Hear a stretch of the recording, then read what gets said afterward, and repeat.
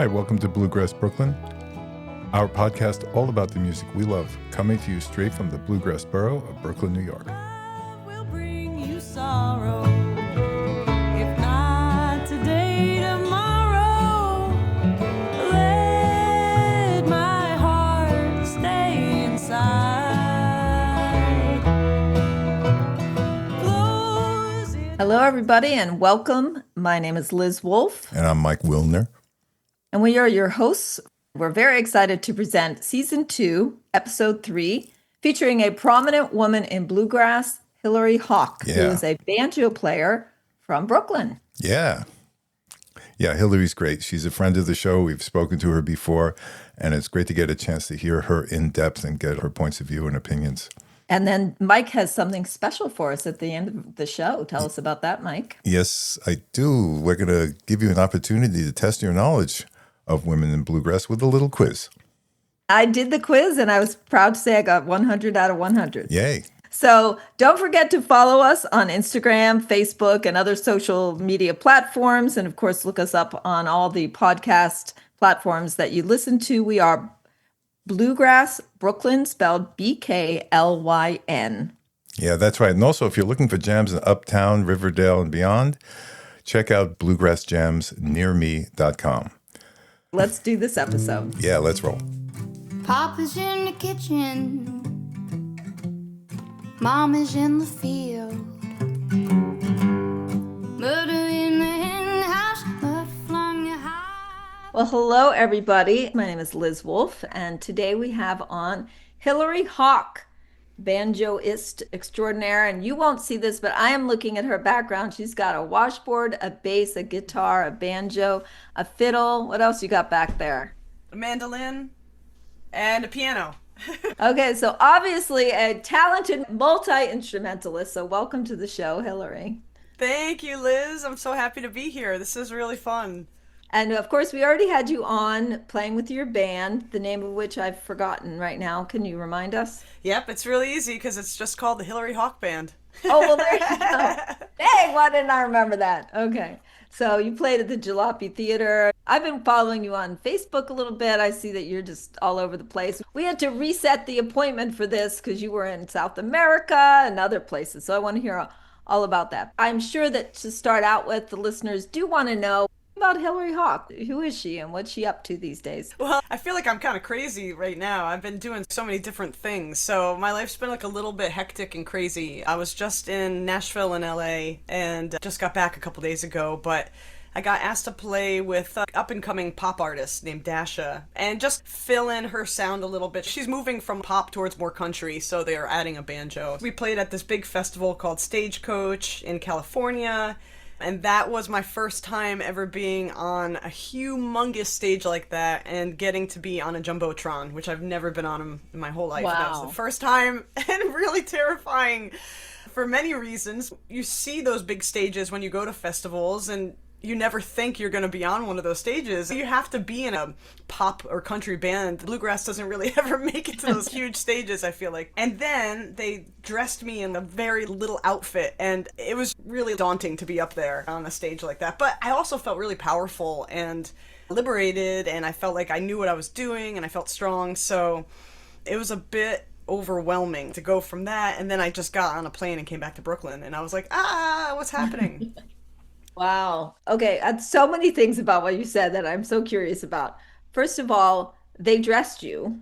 Yeah, a wardrobe, yeah. Like there was a person in the back saying, here, how about this one? And holding it up. And you're like, that looks like that might fit. Or how did that work? I don't know. I've never done it.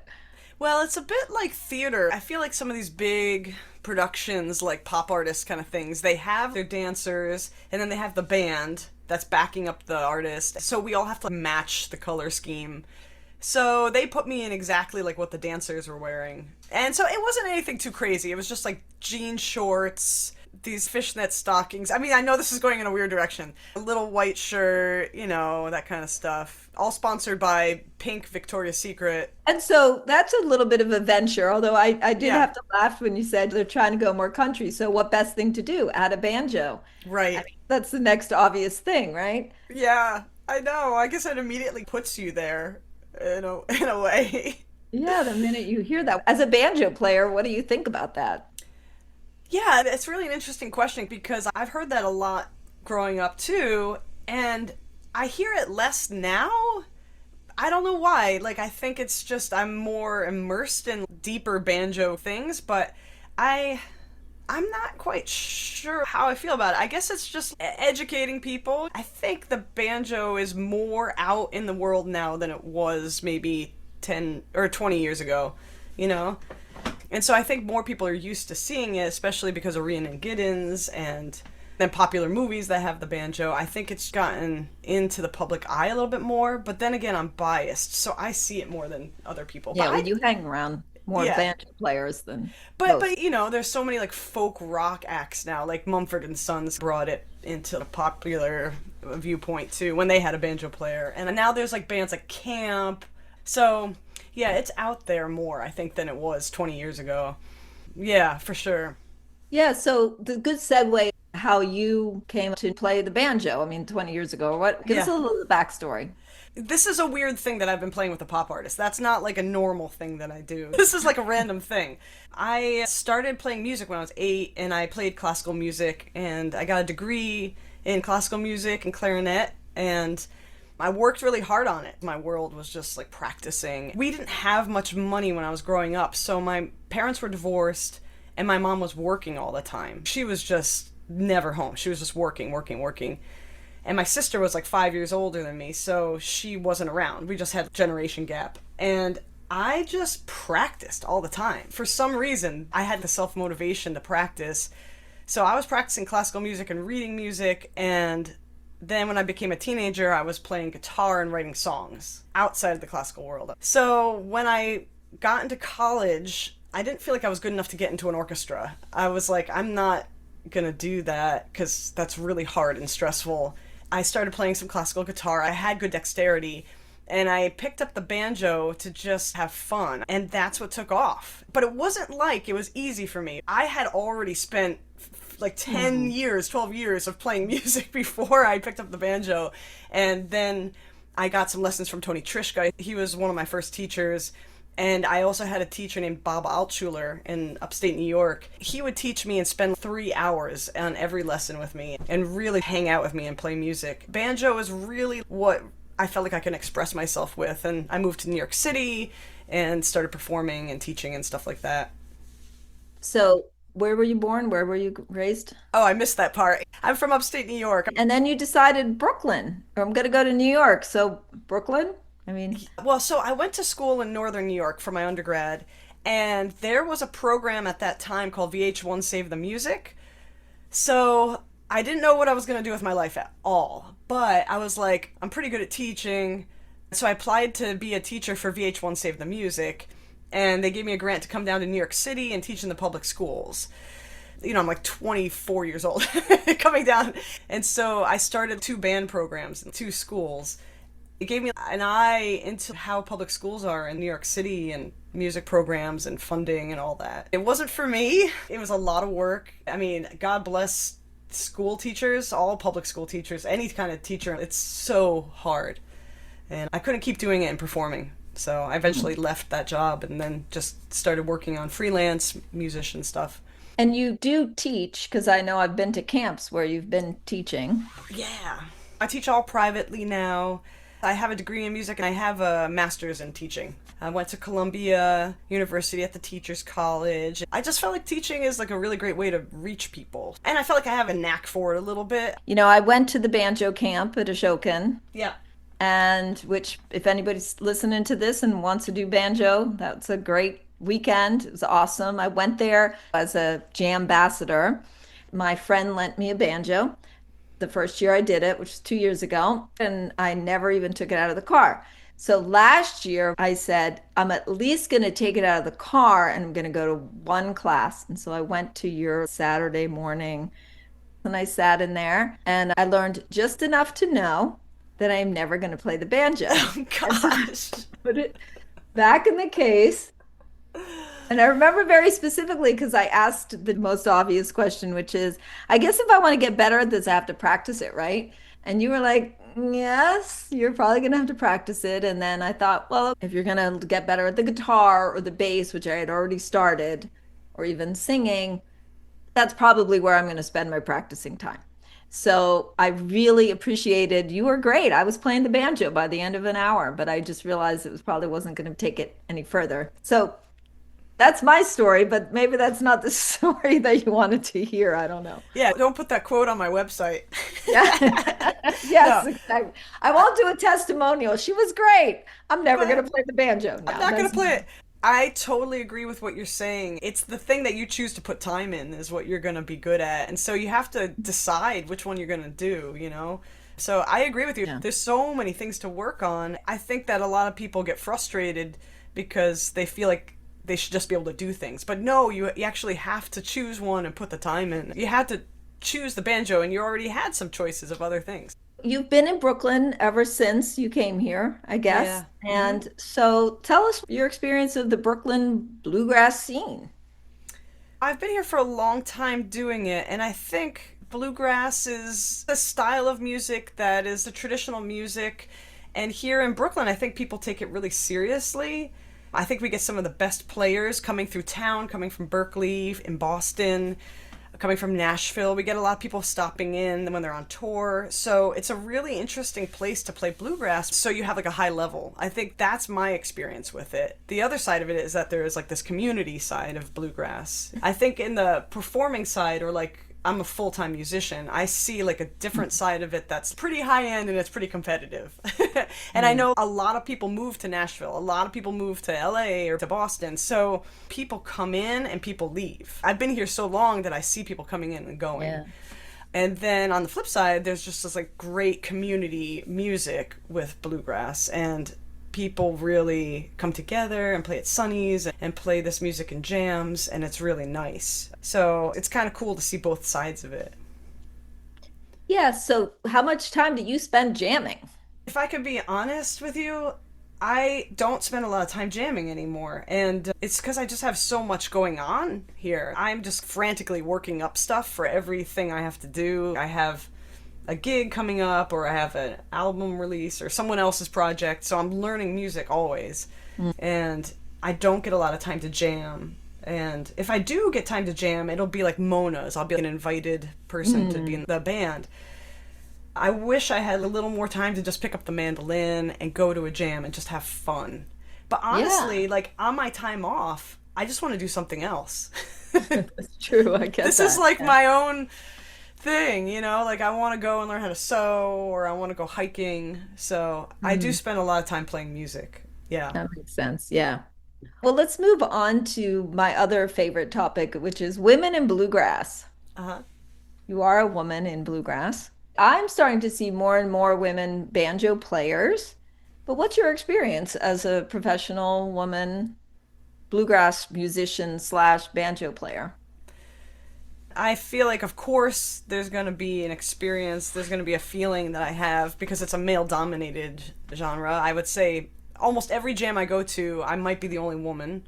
So any kind of jam at Mona's or anywhere else, I am the only woman sometimes. My experience is that I go in thinking that everything's cool. Sometimes I feel like I'm not a banjo player, I'm a musician, because when I pick up the banjo, I don't think of the banjo, I think of making music and having fun with people. Sometimes I feel like I get treated a little differently. Like when I think back, I'll be like, oh, it was all guys there. That's why I felt like maybe I was having to step in a little bit harder. Maybe I had to push my way in a little bit. And I don't know why that is. It's like they're nice, everybody's nice, and everybody's saying hi, and everybody's being wonderful. But my experience is that sometimes people don't understand that when you're a minority, you have to have more welcoming. Like, maybe it would feel better if you made it a more opening and welcome space. If you went a little bit further to just welcome in someone that's the minority. And I mean that with all respect, because no one's ever been mean to me. But looking back, it's hard. It's sometimes it's hard to step in Yeah. and be the only woman and know that you are going to be thought of that way from the outside. Yeah, you're the only woman. Even in the jams I organize, Yeah. I can be the only woman there. Wow. Out of 20, or, and some of my jams get pretty big. I wait a half an hour to see one more woman show up or something. I feel like I'm an investigative reporter. Like, why is that? Why don't more women show up to jams?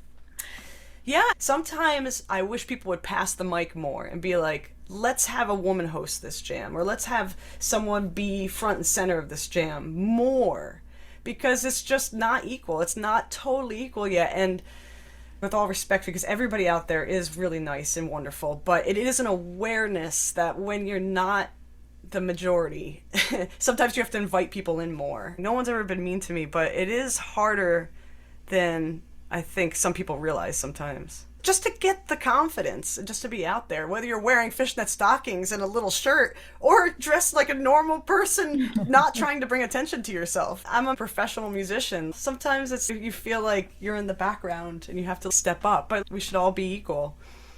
It's fascinating to me. It really is. I'm sure you haven't, but I wonder if you have ever had this experience where sometimes people won't call me to do a break on a song. Mm-hmm.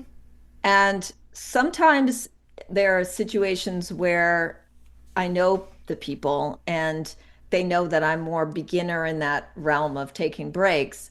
But if I'm in a jam where I don't know anyone, I'm just sometimes curious, like, is that because they just made some assumptions? Like they never met me before and they're not calling me to take a break, which sometimes is a relief. I will be honest. But it's a vibe that I catch sometimes. And so I wonder what you think about that. And that's so crazy because it's so counter to what I would think. When I'm at a jam and I'm leading it, I ask everybody for a break. It would never occur to me to pass somebody. So when that happens, it's clearly they're skipping over a person because they don't think they can do it because of the way they look. That's just something on them. They have to learn not to do that. But it's happened to me. It's happened to me in Brooklyn. I've gone to jams where people didn't know me and people have skipped over me. And I always just laugh because I'm like, that's hilarious. That is hilarious. Yeah, I'm like, you gotta be kidding me. And so then the next time I take a solo, I'll look right at them. I'll be like, you gotta, come on. But I don't know. People are funny. But I gotta say, I think the younger generations are getting it more. I think there is more awareness on differences and people from all walks of life. I think this younger generation has more awareness of that. Yeah. And you go to the bluegrass camps for kids and you see it's at least 50% girls. So Yeah. that's where we're hoping over time it'll rise and Yeah. it's more normalized and things. One of the things that Vicky Vaughn said when I interviewed her, she said that she thinks women are a lot better at the social media part.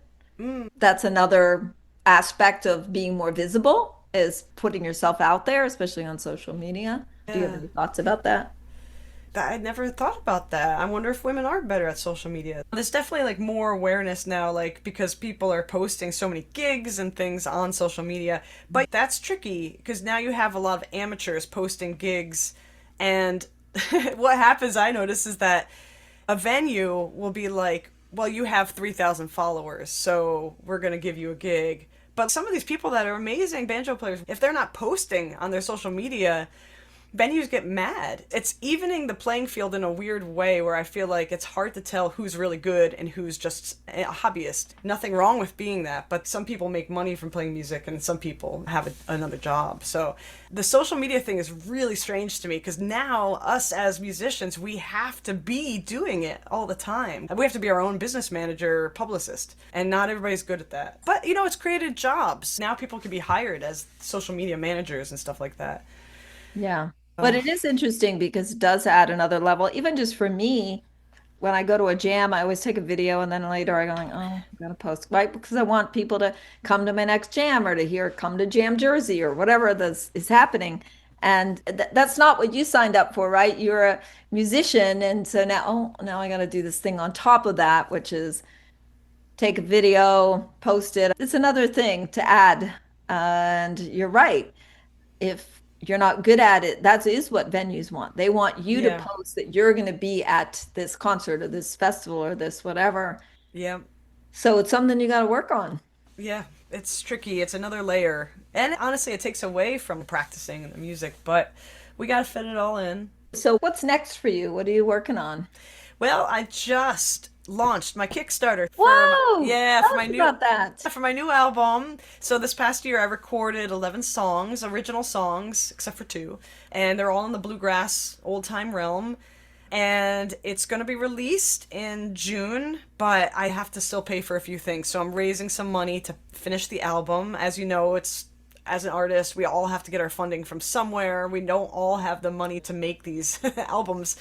So, yeah, so I have a Kickstarter going for this month. It'll end May 26th. Trying to raise $9,000.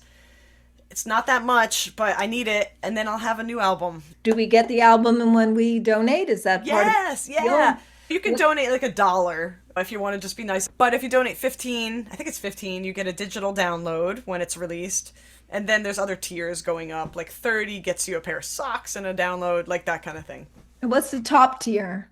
Top tier is $1,000. You can get a house concert. You get a house concert for $1,000? Yeah, that's the top tier. I'm excited. Ross Martin is playing guitar on it.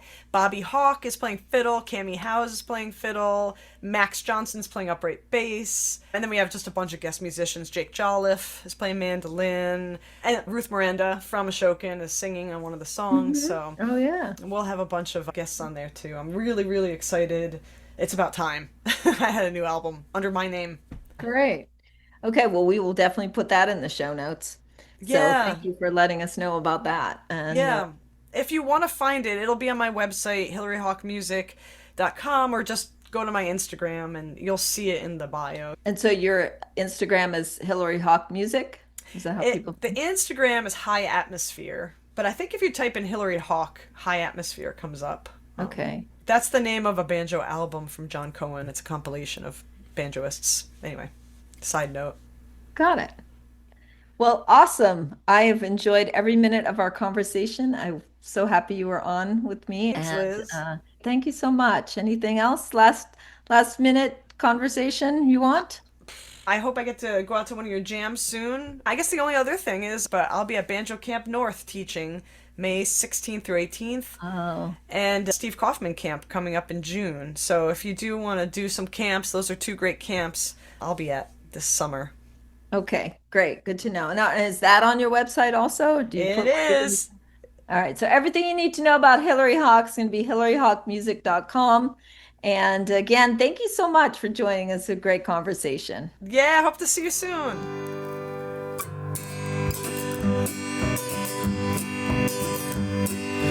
Love is a burning thing, and it makes a fiery ring. You probably know that women have been involved in bluegrass music since day one and are among the most prominent artists in our genre today. So why not accept a little challenge and take the Women in Bluegrass quiz? I'll play you a snippet of music. Let's see if you can spot who the artist is. All right, I'd like to ease into this a little bit, so here's something that should be pretty easy.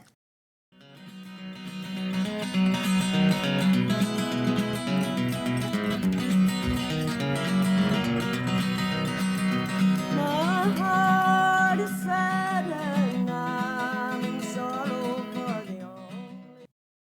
Yeah, as you probably guessed, that was Mother Maybelle Carter singing Bury Me Beneath the Willow. She started singing with her family in the 1920s and carried on decades and decades, and really was the first woman of bluegrass music, not only for her unique voice, but also for her unique guitar playing style, where she could play the melody and strum the rhythm at the same time. So a real giant in our genre. Okay, so let's go on to the next one. Maybe a little more difficult, but give it a listen.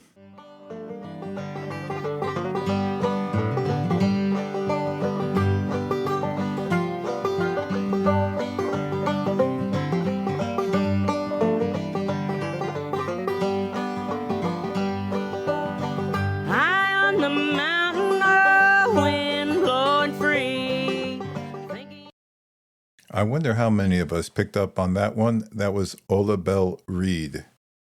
She was born in Appalachia, Started recording music in the 1930s, playing her clawhammer banjo, and really brings the voice and the soul of the Appalachian Mountains to her music.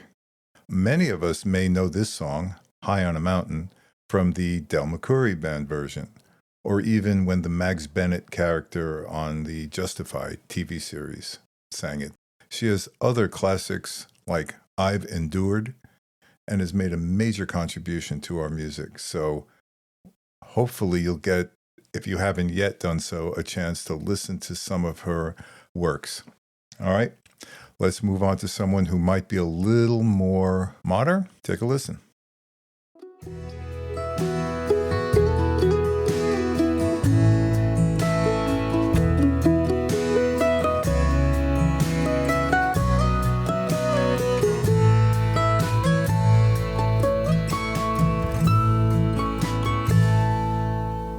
When the last rose of summer pricks. Yep, that's right. That was Sierra Hull. Sierra started playing mandolin when she was something like 8 years old and was signed by Rounder Records by the time she was 13, and enjoys a long history of recording and performing. She mixes straight ahead bluegrass with more contemporary influences and has really brought a unique and interesting blend of her own to our genre.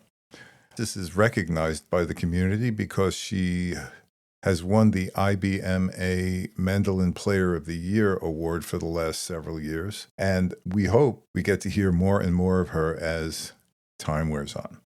Okay, so now here's the next one, and I will tell you in advance there are 2 correct answers to this. Have a listen. Some bright morning when this life is over, I'll fly away to that home on God's celestial shore. And the 2 correct answers are, of course, Alison Krauss and Gillian Welch. Alison started playing music when she was 14 years old and is already signed by Rounder Records by 1985. By the late 80s, she had joined Union Station and has been performing with them. I don't know, she's released something like 14 albums, but one of her most significant contributions was her appearance on the Oh Brother, Where Art Thou soundtrack, which the song I'll Fly Away was drawn from. She's a prolific and dominating performer. I think she had something like 27 Grammys. Monster fiddle player. In fact, there's a related song by Charlie Sizemore called I Want to Play in Alison's Band, lamenting that even after all his hard work and years of effort, he's still not good enough to play with Alison. Yes, she's outstanding. And of course, Gillian Welch, who sings the duet in I'll Fly Away, another tremendous bluegrass performer. She is really well known for her composition. She's a songwriter, and in 2021 and 2025, she won Grammys for Best Folk Album. She's been inspiring bluegrass musicians for decades. She has recorded with everybody from Emmylou Harris to the Old Crow Medicine Show, to Ralph Stanley. Just a versatile and amazing musician. And I'll be honest, I had not heard much from Gillian Welch until I started hearing folks in jams calling her songs, which I'm very grateful for. All right, let's wrap this up. This one might be a little bit tougher, but here, give a listen. Let's see if you can pick it up.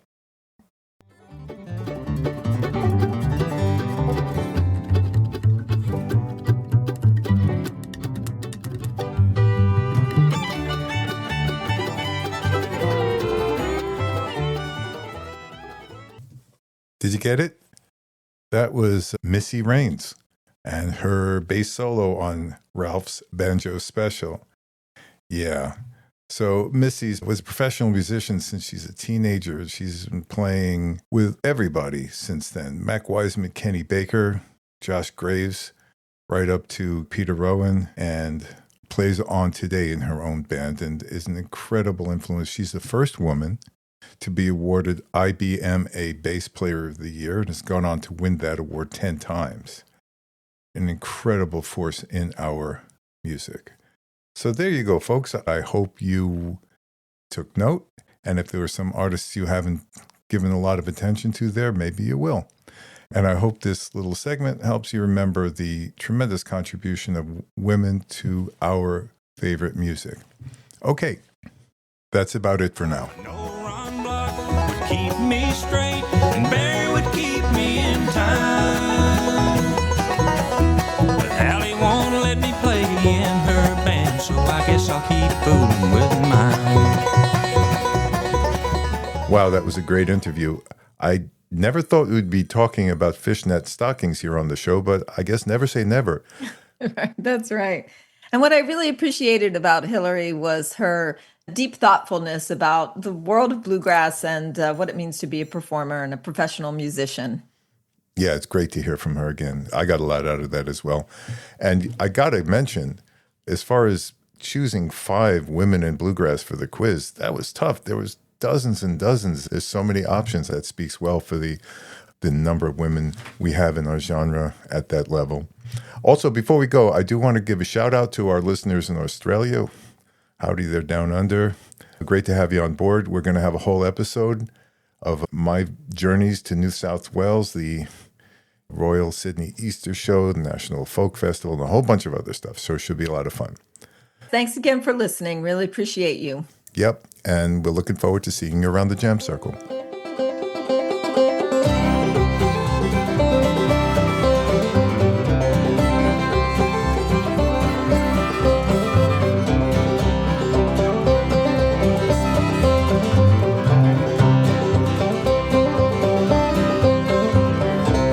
up this morning feeling kind of rotten. Everybody's drinking that 4 cent kind. Hey, 4 cent kind. Hey, hey, 4 cent kind.